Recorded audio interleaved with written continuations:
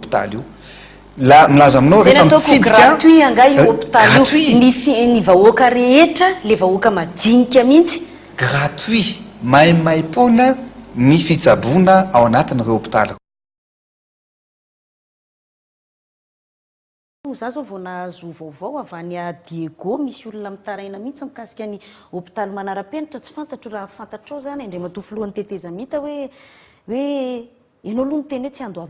andoavam-bola soma tsara mihitsy ny any amin'ny hôpitaly ananako mihitsy ny tarehimarika ny consultation any amin'ny hôpitaly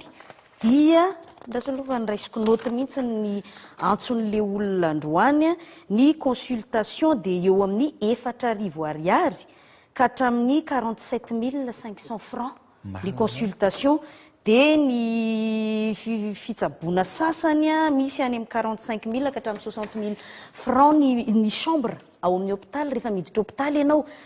Zay le averiko foana hoe natao an'ny vahoaka madinika ve zany aiza ny ananany vahoaka madinika an'izany vola zany indray matofolohan'ny tetezana tsara fantatrao aloha za tsy niteny mihitsy hoe tsy andoavam-bola ny hôpitaly mbola tsy niteny an'izany mihitsy fa ny zavatra niteneniko dia hoe io hôpitaly io dia atao hôpitaly ho an'ny vahoaka fa tsy